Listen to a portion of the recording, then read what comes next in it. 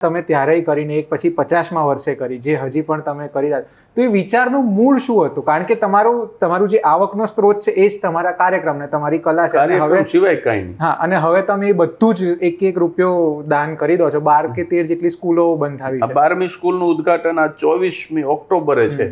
તો એ અઘરો નિર્ણય નહોતો? પરિવારે કંઈ કીધું નહોતું કે કેમનું ચાલશે બધું? એમાં એવું હતું કે હું 12મી ઓક્ટોબર 2012ના દિવસે અમેરિકા હતો, જે દિવસે મેં 45 વર્ષ પૂરા કર્યા.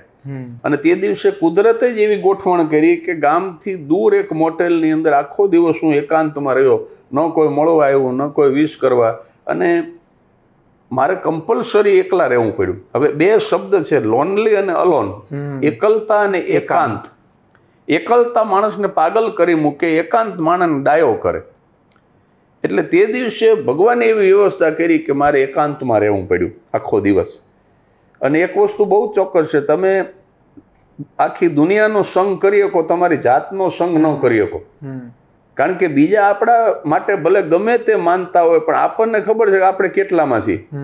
દુનિયા બહુ મહાન માનતી હોય જગદીશ ત્રિવેદીને, પણ જગદીશ ત્રિવેદીને એની નબળાઈની ખબર હોય, એને શું નથી આવડતું એને ખબર હોય. એટલે માણસ પોતાની જાતનો સંગ નથી કરી શકતો, કારણ કે દુર્ગુણો જાણતો હોય, સદગુણોની સાથે દુર્ગુણો હોય. આપણે ભગવાન તો નથી, માણસ છીએ. તો તે દિવસે મારે આખો દિવસ એકાંતમાં રહેવું પડ્યું. તે દિવસે મેં આખો દિવસ જે વિચાર કર્યો એનો સાર એટલો જ કે મેં વિચાર્યું કે આજે 45 વર્ષ પૂરા થયા છે, 75 વર્ષ સુધી જીવવાની ઈચ્છા તે દિવસે હતી ને આજે છે.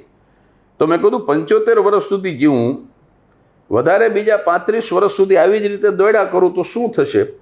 તો એ વખતે 25-30 વિદેશ યાત્રાઓ કરી હતી. 35 વર્ષ સુધી દોડું તો બીજી 50 યાત્રાઓ વધે.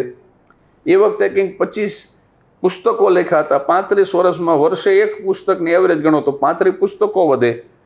કાર્યક્રમો એ વખતે કંઈક 1500 જેવા કર્યા હતા. વર્ષે 100 કાર્યક્રમોની એવરેજ આવે તો 35 વર્ષમાં 3500 બીજા થાય તો 5000 કાર્યક્રમો થાય. અને મારી જે મિલકત છે એની અંદર 2 કે 3 શૂન્ય ઉમેરાઈ જાય. બીજું શું થાય 35 વર્ષમાં? 2 કે 3 શૂન્ય ઉમેરાઈ જાય. પણ એક વિદ્વાનનું વાક્ય મને તરત જ યાદ આવ્યું કે માનવીના જીવનમાં જેટલા શૂન્ય ઉમેરાશે એટલી જીવનમાં શૂન્યતા ઉમેરાશે. ક્યા વાત છે, વાહ.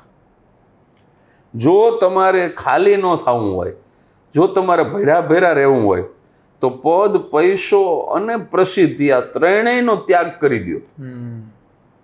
એની પાછળ જ દુનિયા ગાંડી છે. દુનિયાને ખાલી જ થઈ જવું છે, અંદરથી ખાલી થઈ જવું છે. તિજોરી ભરાતી જાય, ઈમાન વેચી નાખે, તિજોરી ભરાતી જાય. સિદ્ધાંતો વેચી નાખે, તિજોરી ભરાતી જાય. નિયમો નેવે મૂકી દે, તિજોરી ભરાતી જાય. તિજોરી ભરાય પણ માણસ ખાલી થતો જાય. એટલે મેં કીધું હવે ખાલી ન થવું હોય તો શું કરવું?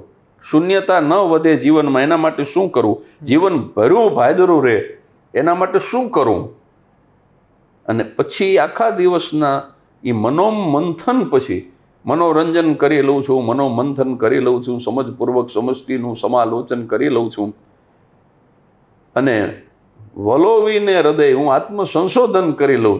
એટલે મારા હૃદયને વલોવી અને પછી મેં સાંજે નિર્ણય જાહેર કર્યો દુનિયાની સામે કે આજે 45 પૂરા થયા છે અને હું જાહેરાત કરું છું કે હવે પછીના 5 વર્ષ મારે જીવનના 50 વર્ષ પૂરા થાય ત્યાં સુધી હું જે કંઈ કાર્યક્રમો કરું એની આવક મારી, મારા પરિવારની, મારી પત્નીની, મારા દીકરાની. પણ જે દિવસે 50 વર્ષ પૂરા થશે બસ ત્યારથી, એટલે કે 12મી ઓક્ટોબર 2017થી હું જીવું ત્યાં સુધી, આ શ્વાસ ચાલે ત્યાં સુધી હું જે કંઈ કાર્યક્રમો કરીશ, ગમે એટલા રૂપિયા આવે એમાંથી 1 પણ રૂપિયો ઘરે નહીં લાવું. તો ઘરેથી કોઈએ કંઈ કીધું ના? એમાં એવું છે કે બહુ સારી વાત એ જ છે, બધાએ પ્રશંસા એની જ કરે છે, મારા પત્નીની અને મારા પુત્રની. કે મારા પત્ની મધ્યમ વર્ગીય મા બાપની દીકરી, પણ છતાં એણે મારા આવડા મોટા નિર્ણયનો વિરોધ ન કર્યો. મારો દીકરો એક જ છે. હું મજાકમાં એવું કહું છું કે મારે એક જ દીકરો છે અને અનફોર્ચ્યુનેટલી એક જ વાઇફ છે. તો મારા દીકરા મૌલિકે પણ આ નિર્ણયનો વિરોધ ન કર્યો. એ લોકોએ મને ઉલટાનો પ્રોત્સાહિત કર્યો. હા, કે તમે જે કરો છો બરાબર. અને બીજું કે એક તમે સવાલ કર્યો કે આ ઘર કેવી રીતે ચાલશે, એ તો બધાને વિચાર આવે. પણ ઈશ્વરની કૃપાથી હું ખૂબ દોડ્યો છું મારા પ્રોફેશનલ આર્ટિસ્ટ તરીકેના જીવનમાં. રાત દિવસ દોડ્યો છું અને કેસેટો કરવી, કેસેટોની સ્ક્રિપ્ટ લખવી, કાર્યક્રમો કરવા, મારી જ કેસેટો પાછી વેચવા જેવી હોટલે જાતે. જ્યારે કોઈ ઓળખતું નહોતું ત્યારે હું મારી કેસેટો હું વેચવા જતો. એમ કરતાં કરતાં પ્રસિદ્ધિ મળી, પૈસો મળ્યો. તો ખૂબ દોડીને જે રૂપિયા મને મળ્યા ને એ રૂપિયા મેં ખૂબ કરકસર કરીને બચાવ્યા. ત્રીજી વાત હું કલાકારોને કહેવા માંગુ છું કે જ્યારે તમારો સારો સમય ચાલતો હોય ત્યારે, જ્યારે તમારી પુષ્કળ આવક હોય ત્યારે એમ ન માનશો કે આખી જિંદગી આમ જ કાર્યક્રમો ચાલશે, આખી જિંદગી આવી જ લાઇમલાઇટમાં રહીશું. નહીં સાહેબ, કોઈ કલાકારનો કાયમ સૂરજ ન તપે. એટલે એ વખતે ફૂલ કરકસર કરવી જોઈએ. વ્યસનની પાછળ, મોજ શોખની પાછળ, ભબકા દેખાવની પાછળ ખોટા રૂપિયા ન ખર્ચવા જોઈએ. પણ જ્યારે આપણો સમય સારો ચાલતો હોય ત્યારે કરકસર કરી રૂપિયા બચાવી અને એને રિયલ એસ્ટેટમાં રોક્યા. મેં દુકાનો લીધી, જમીનો લીધી, મકાનો લીધા, જેમાંથી અત્યારે એમાંથી એટલું બધું ભાડું આવે છે કે મારી જરૂરિયાત કરતાં ઘણું વધારે આપે છે મારા મહાદેવ. એટલે મારે આર્થિક સમસ્યા નહોતી.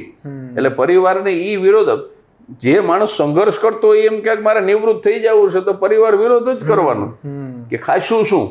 પણ મારે એ સમસ્યા નહોતી, કારણ કે મારી પાસે રિયલ એસ્ટેટ, મારી પાસે ઘણી બધી પ્રોપર્ટી હતી અને એના ભાડા આવતા હતા એ વખતે પણ અને અત્યારે પણ આવે છે. એટલે હું આ નિર્ણય લઈ શક્યો. મારી પત્ની અને મારા દીકરાએ મને સહકાર આપ્યો એટલે હું અહીં સુધી પહોંચી શક્યો.